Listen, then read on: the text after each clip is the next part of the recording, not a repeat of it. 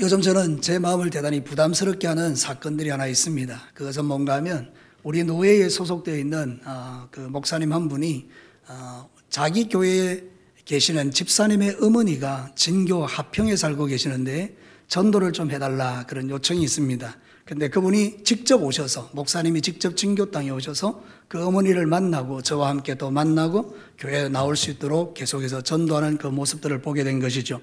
여러분, 여기에 살지도 않는데 저 삼천포에 계시는 목사님이 이곳까지 달려와서 한 영혼을 위하여 힘쓰고 애쓰는 모습을 볼 때 저것이 바로 주님이 내게 원하시는 것이고 우리 진교교회에 원하시는 것이구나, 그것을 다시 한번 생각하고 마음이 무겁다라는 그런 뜻입니다. 사랑하는 성도 여러분, 저와 여러분이 인생의 삶을 살아갈 때 우리가 존재하는 이유와 목적이 있습니다. 하나님은 여러분을 이 땅에 살게 하셔서 그저 잘 먹고 잘 살도록 만들기 위해서 여러분을 택하신 것은 아닙니다. 하나님께서 여러분을 택하신 이유는 여러분을 통하여 이 땅 가운데 하나님 나라를 만들어 가라고 우리를 불러주신 줄로 믿습니다. 그래서 우리가 나가서 복음을 전할 때에 그 사람의 마음이 움직여지고 예수를 믿음으로 말미암아 그 인생이 완전히 달라지는 그런 역사를 우리에게 보게 하시기 위함이 아니겠습니까? 근데 때로는 우리가 이런 전도에 대한 부담감들 때문에 우리가 침묵을 선택하는 경우가 많다라는 것입니다. 근데 오늘 읽어드린 이 성경 본문이 뭘 이야기합니까? 한마디로 핵심적인 사항은 이것입니다. 침묵하지 말고 말하라는 것입니다. 여러분, 저를 따라서 한번 해보실래요? 침묵하지 말고 말하자.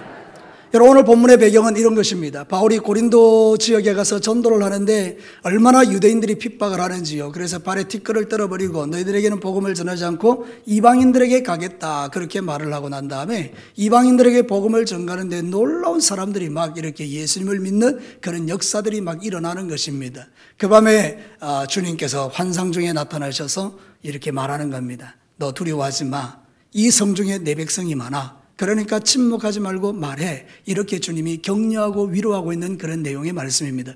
사랑하는 성도 여러분, 지금도 마찬가지입니다. 하나님은 이 진교 땅에 살고 있는 우리에게, 또는 우리가 살고 있는 각 지역에서 우리에게 말씀하십니다. 내가 너와 함께한다. 두려워하지 말고 침묵하지 말고 말하라.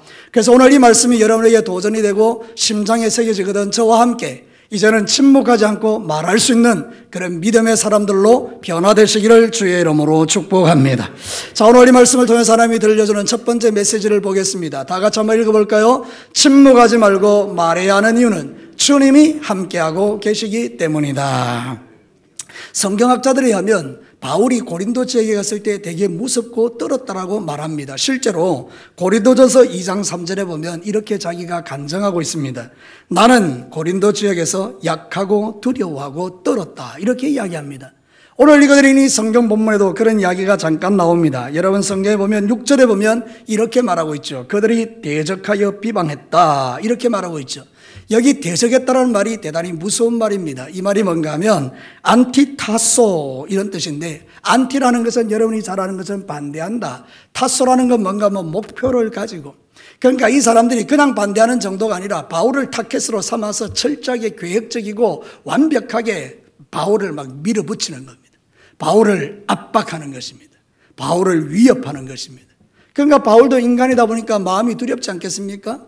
그 마음에 여러 가지 어려움들이 있지 않겠습니까? 그 바울도 침묵에 대한 그런 유혹을 받게 되는 거예요. 아무리 탁월한 선지자라 할지라도, 아무리 탁월한 사도라 할지라도 인간이기 때문에 오는 그 어쩔 수 없는 두려움들이 그 마음을 사로잡을 때, 그 밤에 주님이 나타나셔서 그에게 말씀하신 내용은 이것입니다. 오늘 성경 본문을 다시 한번 보도록 하시겠습니다. 9절 말씀을 우리 다 같이 한번 읽도록 하겠습니다. 밤에 주께서 환상 가운데 바울에게 말씀하시되 두려워하지 말며 침묵하지 말고 말하라. 우리가 이 말씀을 액면대로 그대로 받아들인다면 바울이 지금 두려워하고 또 침묵하고 있다는 이야기입니다. 그러니 환상 중에 주님이 나타나셔서 너 두려워하지 마, 침묵하지 마, 이렇게 말하고 있는 것입니다. 침묵이라는 것은 사전적 의미로 자발적으로 입을 닫고 말하지 않는 것이다, 이렇게 말합니다. 여러분, 스스로 입을 닫는 것입니다. 오늘 우리가 이 땅의 삶을 살아갈 때 그리스도인들의 모습 속에서, 저의 모습 속에서 이런 모습들이 많이 있을 수 있지 않습니까? 우리가 복음을 전해야 되는데도 스스로 입을 닫고 침묵하는 이유는 말하지 않는 것이 편하기 때문입니다. 내 입에서 예수를 꺼내는 순간 수없이 많은 박해와 핍박과 우리에게 오는 수많은 그런 도전들과 집안에 일어나는 영적 전쟁과 싸움들이 너무 힘들기 때문입니다. 차라리 조용히 있자. 여러분, 그게 우리가 가지고 있는 유혹이라 그 말입니다. 그러나 여러분, 침묵은 하나님 편에서 옳은 것이 아니라고 말하는 것입니다. 에스겔 3장 18절을 한번 보겠습니다. 가령 내가 악인에게 말하기를 너는 꼭 죽으리라 할 때에 네가 깨우치지 아니하거나 말로 악인에게 일러서 그의 악한 길에서 떠나 생명을 구원하게 하지 아니하면 그 악인은 그의 죄악 중에서 죽으려니와 내가 그의 핏값을 누구에게서 네 손에서 찾을 것이다. 참 무서운 말씀이죠. 선지자에게 주신 사명이 뭔가? 너 가서 이스라엘 백성들에게, 유다의 백성들에게 망한다라고 말해라. 근데 네가 만약에 이게 부담스러워서 말하지 않으면 그 사람은 지옥 가겠지만 나는 그 피를 너에게서 찾을 거다, 이렇게 말하는 거죠. 엄청난 도전이죠. 엄청난 두려운 말씀이죠. 사랑하는 성도 여러분, 오늘도 우리가 이 땅의 삶을 살 때 이거를 심장에 새길 필요가 있습니다. 주님은 우리에게 너 침묵하지 마, 침묵하지 말고 말해, 이렇게 우리에게 도전해 오시는 것입니다. 이 말씀을 듣고 이제 돌아가거든 여러분의 인생 가운데서 오늘 주님이 주신 말씀에 용기를 얻고 돌아가셔서 두려워하지 말고 침묵하지 말고 말하시는 은혜가 있게 되기를 주의 이름으로 축복합니다. 아무리 원수마귀의 권세가 세고 강하다 할지라도 그보다 더 강하신 분은 우리 하나님이십니다. 세상 사람들이 아무리 우리를 비난하고 욕하고 저주한다 할지라도 그보다 더 위대하셔서 그 모든 저주를 축복으로 바꾸고 구원으로 바꿀 수 있는 분은 삼위 하나님이십니다. 그렇기 때문에 사랑하는 성도들, 우리는 이 믿음을 가지고 주님 앞에 나아가는 것입니다.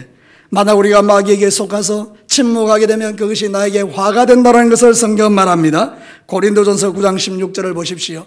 내가 복음을 전할지라도 자랑할 것이 없으면 내가 부득불할 일이다. 만일 복음을 전하지 아니하면 뭐가 있다고요? 내게 화가 있을 것이로다. 여러분이 지금 세상의 삶을 살아가면서 원치 않는 어떤 어려움들이 찾아오는 이유 중에 하나는 혹시 이 이유도 있을 수 있다는 것을 생각하셔야 합니다. 아, 내가 침묵하고 있기 때문에 하나님이 말하라고 하시는구나. 깨닫고 우리가 주님 앞에서 말을 하기 시작하면 우리의 인생 가운데 모든 화는 떠나가고 주님의 주시는 놀라운 은혜와 위로와 소망과 은사와 성령 충만함이 저와 여러분을 채우실 줄로 믿습니다. 사랑하는 성도 여러분, 지금은 이제 긴 겨울이 지나가고 봄이 왔습니다. 드디어 진교 땅에도 벚꽃이 피기 시작하는 것을 보게 됩니다.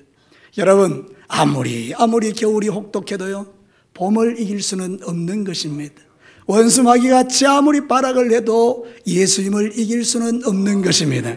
사랑하는 성도, 그래서 저와 여러분이 결코 포기하지 말아야 될 게 뭐냐?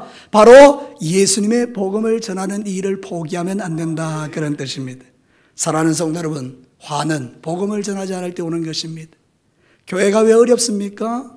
우리가 복음 전하지 않고 우리끼리 잘 먹고 잘 살면 그 안에서 많은 문제들이 발생할 수 있지만 새로운 가족들이 교회 안에 들어오기 시작하면 우리가 서로 사랑하게 되고 그들 앞에 본을 보여야 되고 영적으로 긴장해야 되고 기도하게 되고 그러면서 우리가 영적으로 성장하고 부흥하는 이런 일들이 교회 안에 일어나게 되는 것입니다. 우리는 다시 마음을 일으켜서 복음을 전하는 자가 되어야 합니다. 우리 목장에서 영혼을 구원하여 제자 삼는 비전이 일어나기를 축복합니다. 열심히 모이시고 그리고 복음 전하는 겁니다. 지금 제가 이제 그 목장 보고를 제가 이렇게 관리를 지금 하고 있거든요. 이제 목장 소식들을 이렇게 치기 위해서 거기 보면 모여 있는 사람들이 다 이렇게 모여 있는 모습을 보기만 해도 참 든든해요. 아, 참 우리 목장의 지도자들이 너무너무 수고하구나. 저도 세가족 목장을 해보니까 우리 목장의 지도자들의 마음을 이해해요. 얼마나 힘들겠어요, 한 사람이 와서 목장에 참여하는 게. 이제 모여서 함께 기뻐하고 그러면서 여러분이 좀 더 확장되어서 수많은 영혼들을 주님 앞으로 인도하는 이런 놀라운 자리로까지 나아가시기를 주님의 이름으로 축복합니다. 우리가 침묵하지 않고 말해야 되는 이유가 바로 여기에 있습니다. 하나님께서 우리에게 함께 해주겠다라고 약속하고 있기 때문입니다. 여러분 10절 말씀을 한번 보겠습니다. 다 같이 한번 읽어볼까요?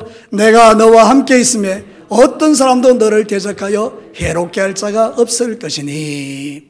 여러분 어떻습니까? 바울이 두려워해서 침묵하고 말하지 않으려는 유혹을 받을 때 하나님이 뭐라고 말합니까? 바울아, 침묵하지 말고 말해.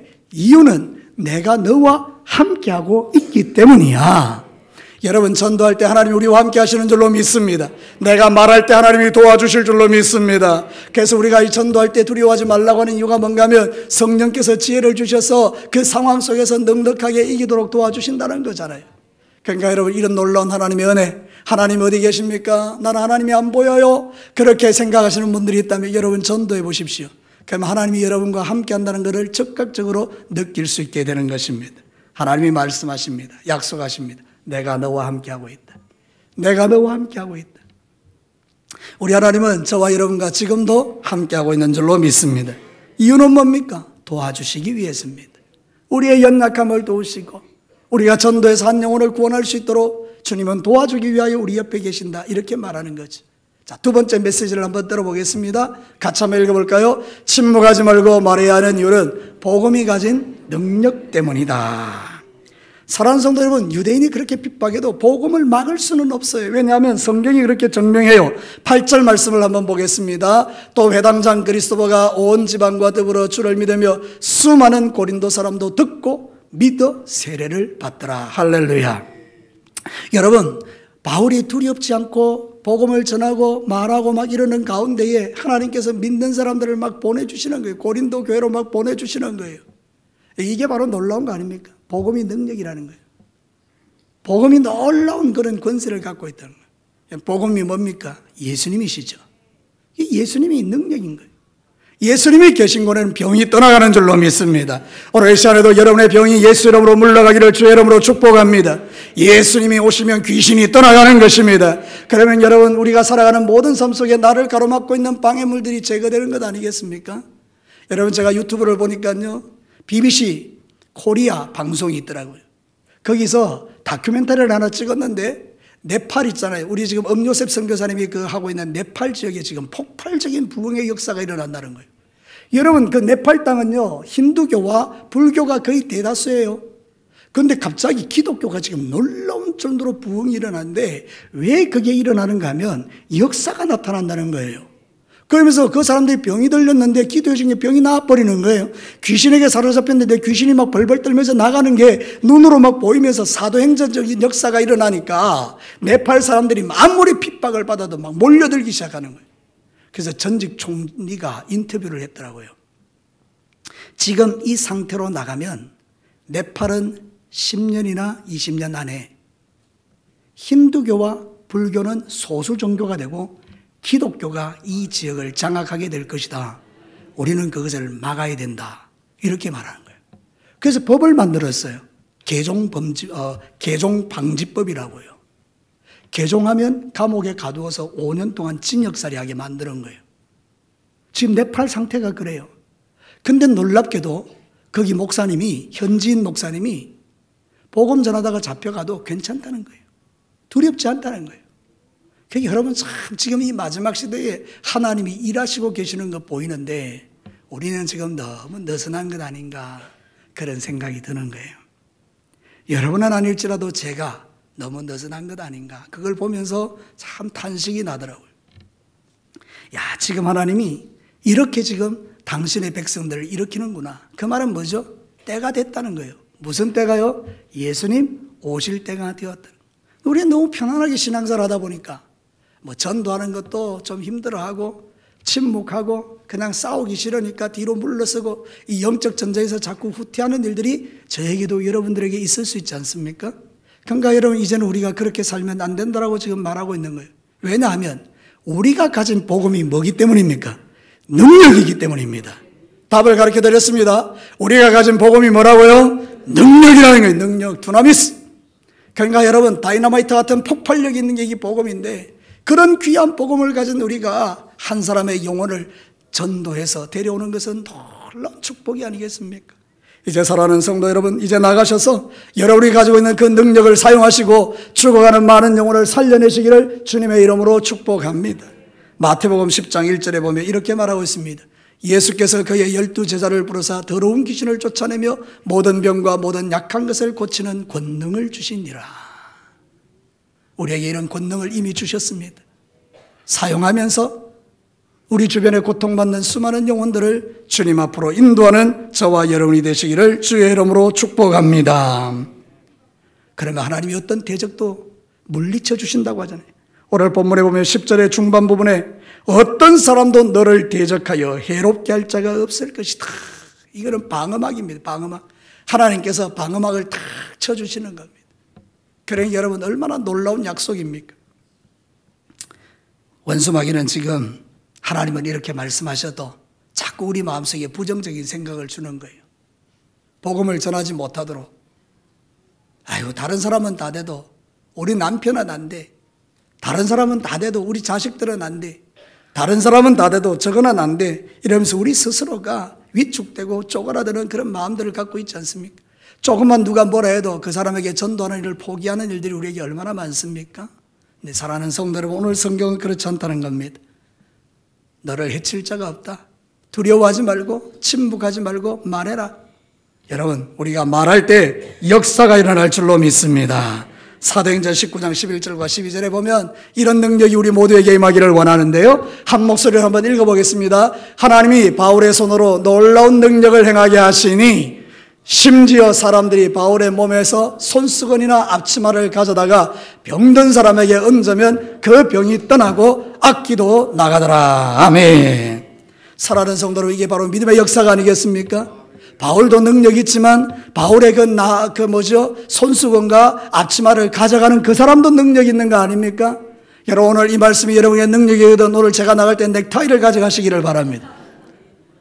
사랑하는 성도 여러분, 그러니까 이게 믿음이라는 거예요. 주의 종도 믿음이 필요하고 가져가는 사람도 믿음이 필요하고, 그러면 하나님의 놀라운 역사가 우리 가운데 일어난다는 것, 성경이 증거하는 겁니다. 우리가 복음의 능력을 믿는다 그러면 우리는 두려움 없이 침묵하지 않고 하나님 앞에 나아갈 수 있어요.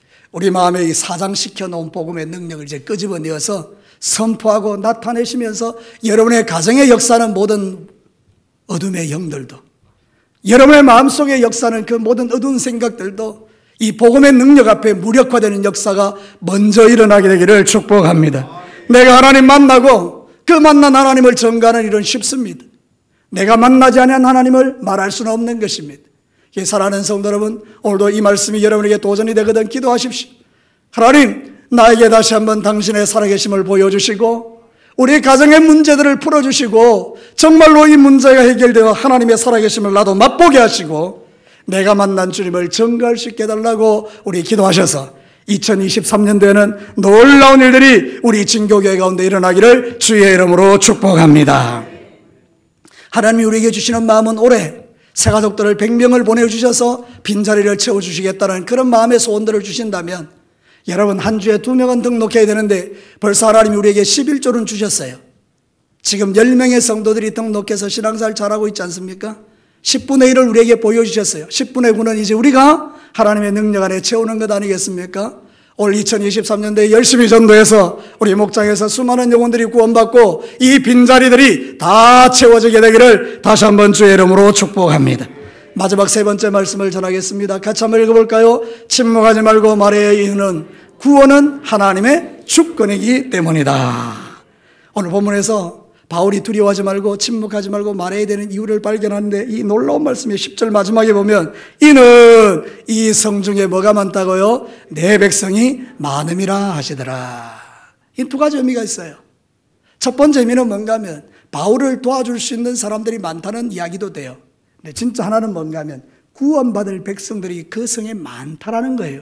지금은 눈에 보이지 않지만 고린도 지역에 구원받을 백성들이 지천으로 널려 있다는 거예요. 하나님의 눈으로 볼 때 이 사람도 구원받을 자, 다시요, 이 사람도 구원받을 자, 저 사람도 구원받을 자, 앞집의 아줌마도 뒷집의 아저씨도 구원받을 자, 이 진교 땅에 구원받을 백성이 아직도 많다라는 겁니다.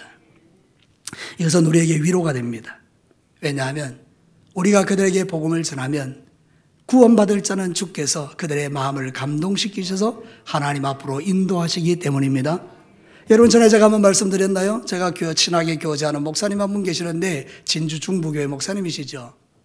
그분이 하루는 비가 올 때 우산을 쓰고 밖에 나갈 때 웬 아주머니 한 분이 차에서 쌍둥이를 막 내린다고 비 오는데 우산도 없이 애쓰는 걸 보고 너무 안 돼서 우산 한 번 씌워준 거예요. 아무것도 한 거 없어요.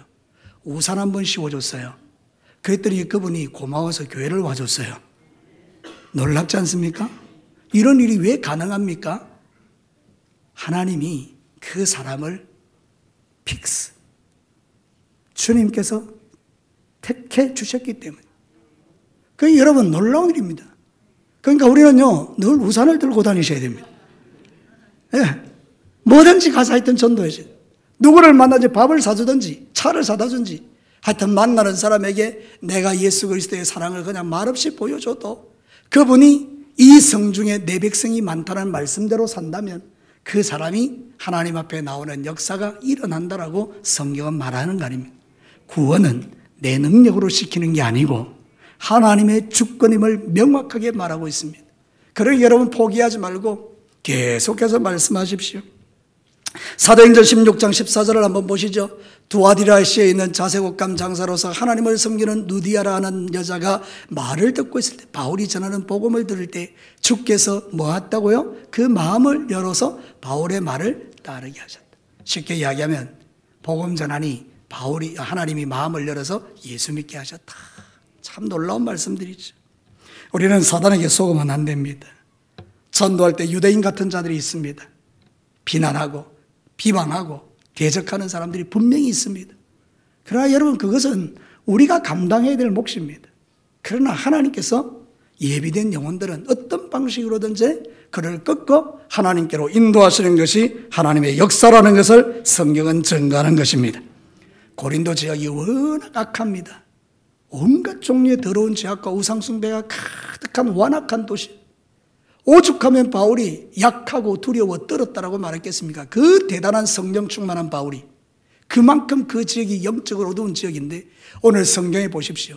수많은 사람들이 예수를 믿고 주께로 돌아오는 이걸 막을 수가 없었다라는 것입니다. 사도행전 13장 47절과 48절에도 똑같은 이야기 나옵니다. 주께서 이같이 우리에게 명하시되 내가 너를 이방의 빛으로 삼아 너로 땅끝까지 구원하게 하리라 하셨느니라 하니, 이방인들이 듣고 기뻐하여 하나님의 말씀을 찬송하며, 그 다음에 여러분 읽습니다. 영생을 주시기로 작정된 자는 다 믿더라. 우리 진교 땅에 6천 명의 인구가 살고 있습니다. 어떤 사람이 예수 믿을 사람인지 우리는 모릅니다. 그러나 우리 6천 명에게 다 복음 전해야 됩니다. 완악한 사람에게도 전하고, 술 엄청난 먹는 그런 사람에게도 전하고, 사람 안 될 것 같은 사람에게도 전하고, 좋은 사람에게도 전하고, 내 친구에 하여튼 이 6천 명에게 전해놓으면 하나님은 그 중에 주께서 픽해 두신 분들, 그래서 하나님께서 마음을 열고 예수 믿게 하시고 진교교회로 보내셔서 믿음의 삶을 살도록 인도해 주실 줄로 믿습니다. 2023년도에는 침묵하지 말고 말하는 성도들이 되시기를 주의 이름으로 축복합니다. 놀라운 게 하나 있습니다. 우리 진교교회에 등록한 세 가족 중에 한 분은요, 11조를 내고 싶어서 등록하신 분이 있습니다. 그 이야기 듣고 제가 깜짝 놀랐습니다. 목사님, 제가 11조 하고 싶어서 교회 등록했습니다. 이런 분이 있어요. 그러니까 이건 참 이해가 안 되는 이야기 아닙니까? 여러분들, 하나님은 놀랍게도 역사하는 거예요. 이 마지막 시대에 우리가 정말 우리의 마음을 하나님께로 두고 이 말씀을 다 심장에 새기고 침묵하지 않고 말하기 시작하면 우리가 상상할 수 없는 많은 일들이 우리 교회도 일어나게 될 줄로 믿습니다. 그러니 여러분, 아무것도 고민하지 말고 오늘부터 이제 2023년도에는 만나는 사람에게 무조건 그 사람이 뭐 받아들이든지 핍박하든지 뭐 대적하든지 비방하든지 그런 거 다 상관없이 그냥 만나는 사람에게 예수 믿으시라고, 예수 믿어야 산다고, 그러면서 복음 전할 수 있다면 하나님께서는 저와 여러분의 그 말하는 믿음을 보시고 놀라운 일들을 우리 진교교회와 여러분의 가정과 삶의 터전에 일으켜 주실 줄로 믿습니다.